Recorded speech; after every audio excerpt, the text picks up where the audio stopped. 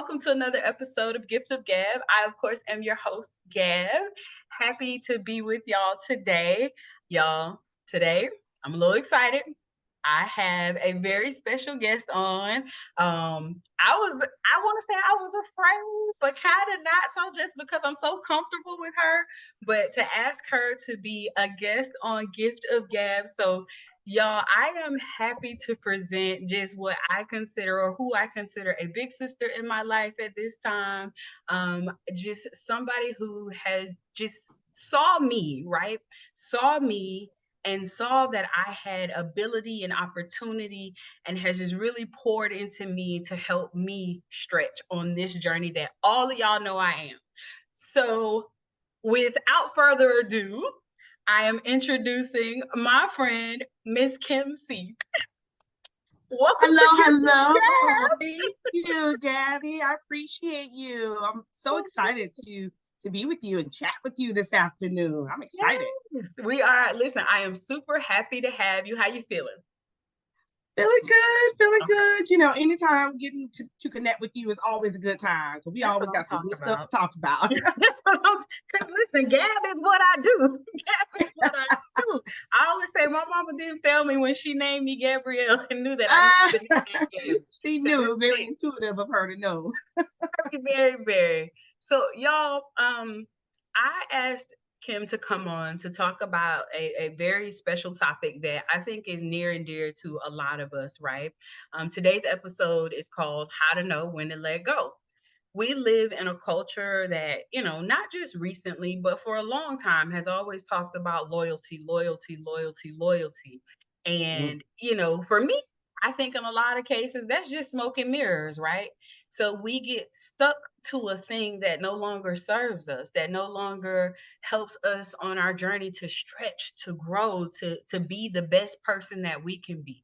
And that's, attachment to like what Kim, like a job, a person, a relationship, and mind you, you'd be stuck to the relationship and not to the person. That part right there. Yes. So I think that she is more than qualified to talk about this conversation because Kim has a background in HR, right? So she is oftentimes on a side where even when people might not want them let go, she gotta nudge them. I gotta help you let go. That's a good way of saying it.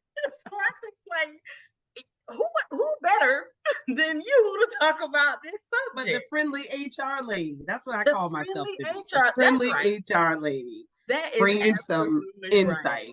So first things first, Kim, let's start out with like the topic is how to know when to let go. How do you know when to, let's just dive right in. How do you know when it is time to let go of something?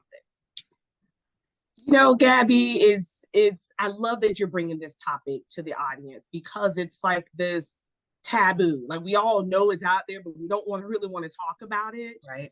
And I love something else that you mentioned too, is I'm human. Yeah. And I have been through a lot of different experiences and had to let some friendships go, had to let some relationships go. And when I think about this, now mind you, I'm friendly HR lady, so I have a corporate hat that I wear often. But so I think about corporate America and how there's this terminology called ROI. Have you heard of it before? Are we talking return on investment? Because return on investment. 2 snaps for Gab, y'all, because I wasn't sure about that, but there we go. And so for your audience out there, yes, corporations utilize that term, return on investment. Now, what is a return on investment? Truthfully, what that is me as a company. I want you, Gabby, to come work for me, and you're my investment. So what I want is for you to give me your time, your experience, your knowledge, your expertise. In return, I'm going to give you a paycheck, right? In turn, I'm going to give you a benefit. Yeah. So there's a return on my investment. Okay. Now, here's the thing with companies. They know when to let go. Insert your friendly HR lady. Why? Because that employee hasn't been doing what they're supposed to be doing. Well, my investment is not working out for me. Let me let that go.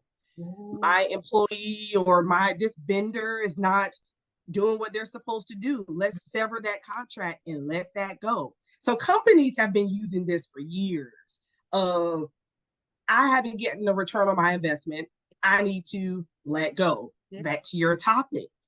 So why don't we do that? We are an amazing investment in ourselves. Wait, say that one more time. One more time, because that right there was a word. Just one more time. We are an amazing investment of ourselves. We are. We need to make sure that when we are coming into relationships, whatever it is, and the relationship is not just a friendship, it's not just a relationship with a significant other. This is a relationship between you and an employer. Hey, I want to make sure that you, employer X, is a return on my investment. I'm coming up here every day. I'm giving you my valuable assets. I'm giving you my time, my energy, my experience, my knowledge, all the things. You know what? This is not working out for me. It's time for me to go. Yeah. And a lot of times we see the signs. So give you an example of when you're not getting a return on your investment. You're overworked and underpaid. Ooh. You're not receiving the promotions in a timely manner. Or let's think about relationships. You then gave all your time to some significant other, let's say insert guy, 5 years, and he's still not talking about marriage. Come on. It's a one-sided relationship between you and one of your girlfriends. Every time y'all talk on the phone, you always the one, how you doing, everything going on. But that person never calls and checks up on you. Yep. These are the signs where there's no return on your investment. That's right. That's when it's time to let go. So when there's no reciprocity, I'm not getting as much as I'm giving. It's time for me to start thinking like, is it worth me to still be here? Is it worth me to still be giving my energy to this thing, to this person, to this place? Is it worth that? I really like the fact that you not only called out relationships as it relates to friendships or partnership in a romantic sense, but you talked about jobs, because our parents come from a different era, right? Where you stayed at a job no matter what they were or were not doing for 20, 30 years, right? And now, like me, a millennial, we are like, this ain't working out after 2, 3 years, and a lot of corporations try to kind of like bash us like, oh, this new generation has no loyalty. But it's like, it's not that I don't have loyalty. It's just there's no reciprocity. I'm not getting as much as I give. Absolutely. That's why I love the younger generation, the Gen Zs, the Gen Zs and the Xers are saying, you know what? There is no loyalty. You're absolutely right on that, because I'm not getting a return on my investment. And what I'm noticing is the value that the different generations are now saying on themselves as a hot commodity. I am a valuable asset. I am a precious commodity. And what I'm bringing to the table matters. And if you're not going to be a return on my investment, I'm out the door. And I'm gonna be honest with you, you're right. The baby boomers, the traditionalists, the older generations that are out there, in those times, it was a sense of loyalty. It was a very hard time in society where there was a lot of segregation, a lot of, not sense of lack of belonging in different cultures, different communities. So we had to work hard to get over those humps. And so during that time, once you got a job, you kind of just stayed there because you wasn't sure if you'll get the next opportunity. But listen, times have changed. Technology is now booming, different things and more ways to make money, more entrepreneurs out there nowadays. So because the opportunities are more endless, why aren't we taking advantage of it's time to let go? It's time to move on. And you know what? I thought about this too. The reason why I feel some people struggle with letting go. Oh, that was my next question. Listen, I love a gift of gab. Yes, that come with the thing. That's right. I felt your energy. I felt your energy. Yes. Why do we struggle with letting Oh, It's fear. It's the fear of the unknown. We all have it. And it's sad that we do have the fear of unknown. But again, as Christians, we all know that we should not live in a spirit of fear. that's God right. has said in New and Old Testimony, I mean in Testament, that we should that He would never leave or forsake us. That's right. However, we still every day, oh no, maybe I should. I've been in this relationship for 3 years. I've put a lot of time in. Maybe if I stay, things Yeah. will change. It's not going to change. It's not gonna change. Oh, It's not going to change. You're not getting a return on that investment. You done invested a little bit too long. Now, I'm not the person to say, an absolute, it have to be 2 years, it had to be 1 year. That's on the person. yeah. You just have to know the signs. Once Yeah. you start seeing, okay, I'm not getting things back like I was in the beginning. Because maybe when you Yeah. first started that job, you were getting the Yeah. accolades and the atta girls, and Yeah. you were getting all of that in the beginning, but things have slowed down a little bit. Yep. That's when the signs are starting to come. Yeah. That's absolutely right. So I have another question for you. So we know, okay, we got the signs.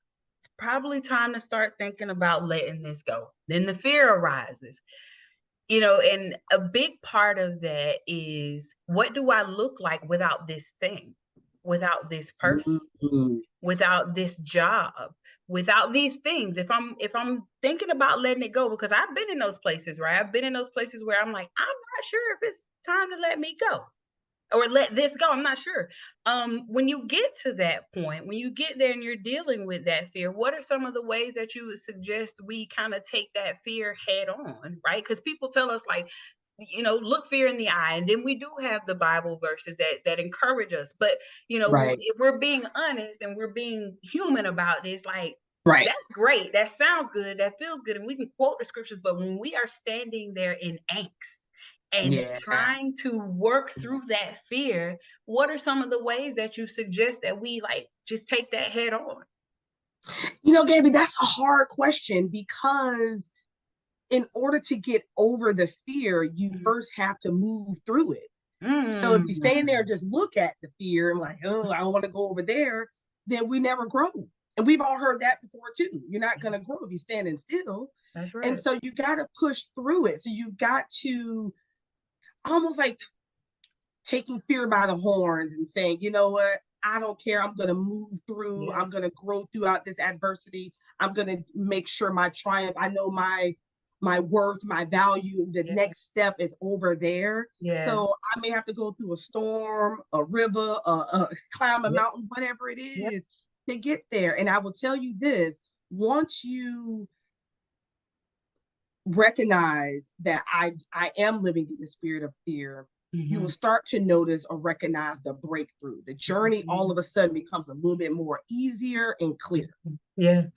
Because throughout your season, throughout your times, throughout everything, and I can speak for this myself, I've been through some very hard times in my life. I went through a divorce several years ago, and I remember feeding myself negative thoughts about what you just mentioned. And along the way, God had been giving me little flags, little ropes to pull on. I was just in my own way, ignoring them. And so once I realized, wait a second, there is better outcomes for me in my future. I needed to get out of my own way. And once that started happening, have you ever been in a relationship, once you finally let go, all of a sudden everybody want to holler at you? No, because let me tell you something. No, everybody looking at you, Gabby. Nobody looking at G right now, but the guests on Gift of Gab from the other side of the camera. Because let me tell you something.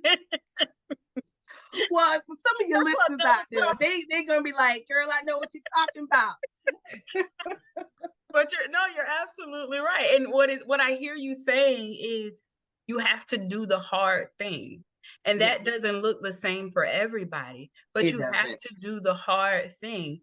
And the hard thing is relative to what you are going through. So I know with me, for instance, when I went through like a hard thing of transitioning jobs not too long ago, the thing was, like, for me, I was connected to my place because of my friends. It was the first real job that I had that I made friends at, right? And those friends turned into not just work friends, but outside of work friends, right? So Yeah. here I was staring the potential of having something new, something better. And I was thinking like, but I'm about to leave my friends. So I was really struggling with letting go for a while. Like, Mhm.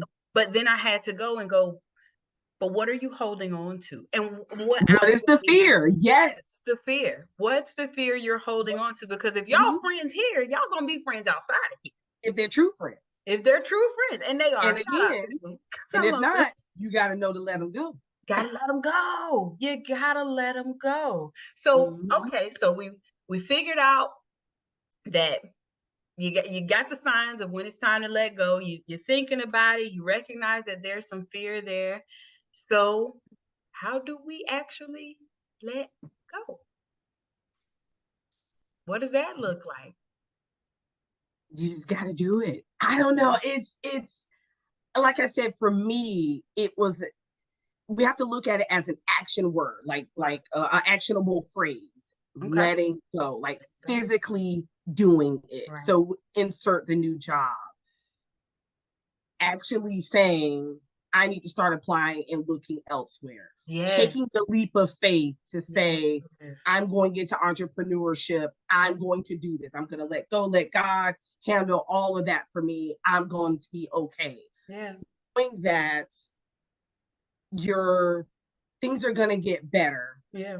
for you, Yeah. but having that strong sense of confidence that it's going to get better for you. So Yeah. sometimes we got to do the work. Sometimes we got to talk to a friend. Sometimes we got to go seek some additional outside counsel just to say, I don't know why I'm living in a spirit of fear. I don't know why I can't seem to let this go. Yeah. Sometimes, and I would say for me, someone who has had has seek therapy and have had multiple sessions and had to talk to someone of what is it else, what am I missing, help me Yeah. be a better me, Yeah.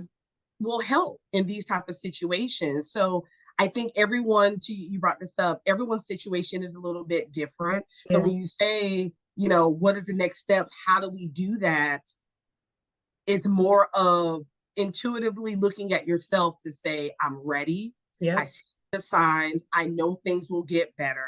Yeah. I know that has not been a return on my investment. And Yeah. you know what the investment is that you're trying to achieve from whatever you're putting out, whether it's relationships and friendships. You know what it is that you want to receive to be happy, Right. wealthy, healthy, all those things. Once you see the signs that none of that is happening for you, you have to just make that first move. You got to be bold. You got to be brave. You got to make that first move. Yeah. I Like I remember. said, the journey is going to get easier for you once you see that the breakthrough will happen.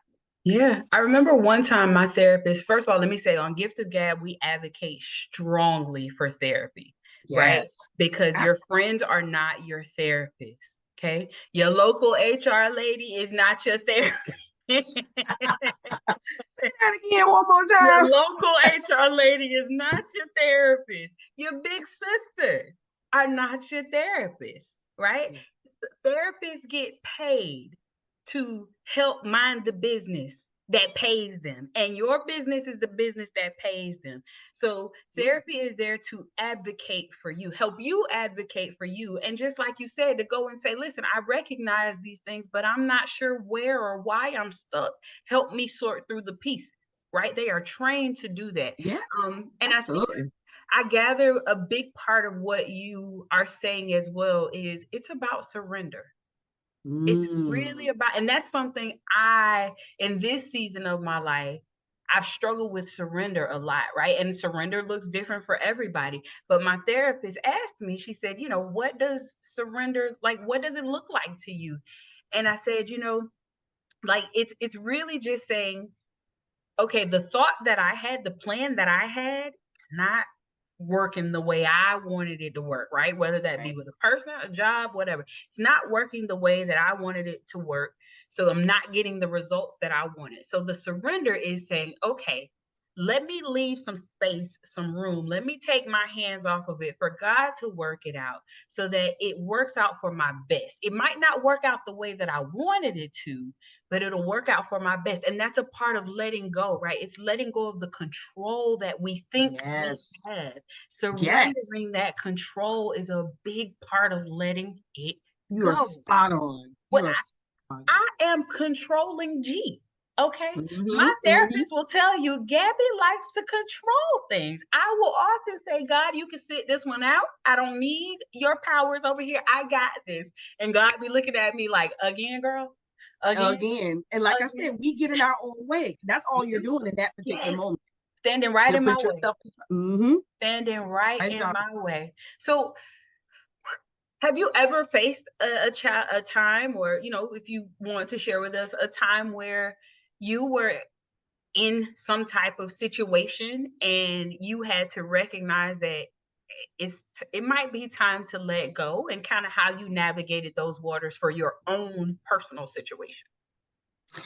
So as I mentioned, I've had several situations in my life where I needed to let go. And I'm gonna use one that's that's probably more relatable, or could be very relatable to your listeners. And that was when I moved from my hometown to moving to where I am now. Oh yeah.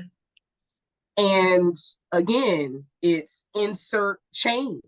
Yeah. I have a fear of change. I've Yeah. been in this small town all my life.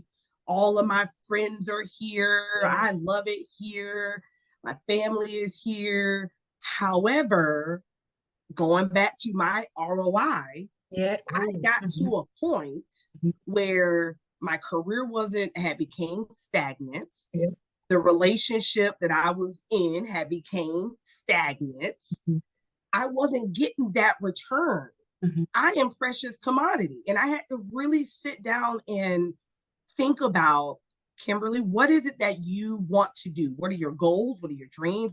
What's your 10-year plan? Yeah. Because this where you're at, Yeah. it's not happening. Right. And it was the hardest decision, but the best decision I ever made in my life was to Yeah. move the city that I was in to the city that I'm currently in. And I don't know if I should share my Don't current say you city. see it, They're because listening listen. right now.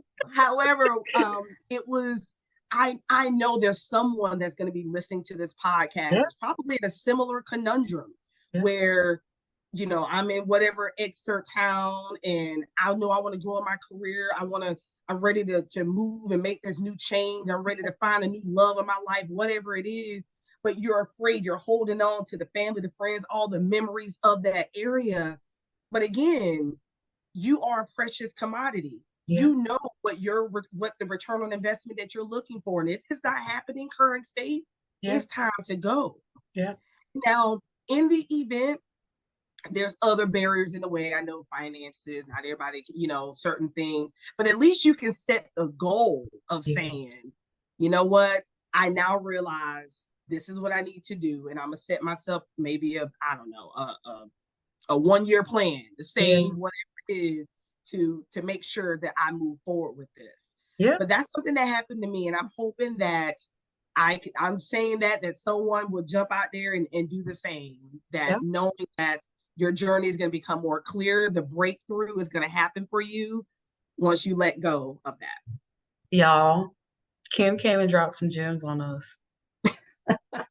I was I not appreciate that. expecting for her to throw out some little jargon ROI out there at us, but she Y'all came. gonna remember that. That sticks. That sticks. That's got to Uh-huh. stick. Y'all get a return on your investment. There were just so many key things that you just mentioned here about ROI and fear. And even, one of the biggest things you just mentioned was have a plan. Sometimes like you got enough space and opportunity to have a plan. Y'all, our time here is just about up. Kim, if you could give the girlies of the Gift of Gab world one piece of advice, doesn't even have to relate to how to know when to let go. Give them a piece of advice. So I will say to all the girls of, you said the girls of Gabby or girls of Gab out there, That's right. but seriously, knowing how beautiful and amazing that you are, and again, you are a precious commodity, no matter what situation that you may be in. Remind yourself how amazing that you are, and your breakthrough is going to be clear and easy for you. So that's what I want to say. I think sometimes as women, we sometimes don't, we look at some of the negative things that may be happening in our space, and that shadows Yeah. the beautifulness that's within us. I just want to remind all of you out there, you are beautiful, you are amazing, you're stronger than you know, That's and right. you can move past whatever it is that you're going through. That is Remember your absolutely. ROI. Remember your ROI, y'all. I don't even have to give a closing thought. Y'all know the rest of what we say here. I love y'all. Take care of yourselves and take care of each other. Kim, come back anytime you want to come back, okay?